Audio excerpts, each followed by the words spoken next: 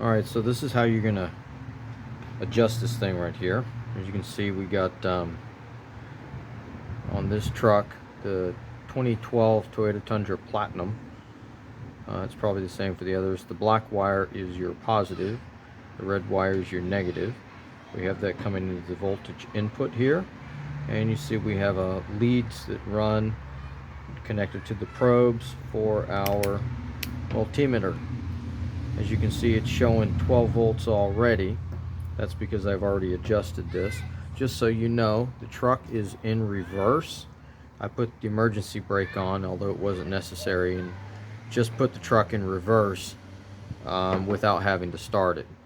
So it's in reverse now. So we have actually 5 volts coming in over here. If I show, in fact, if I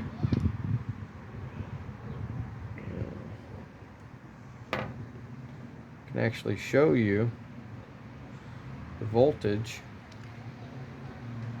coming out of the truck. See that? We got 5.17 volts coming out of the truck. Okay, so we connect that to that's the negative, and this is the positive. And we'll wrap our leads back around. I use the copper for positive and the aluminum for negative. As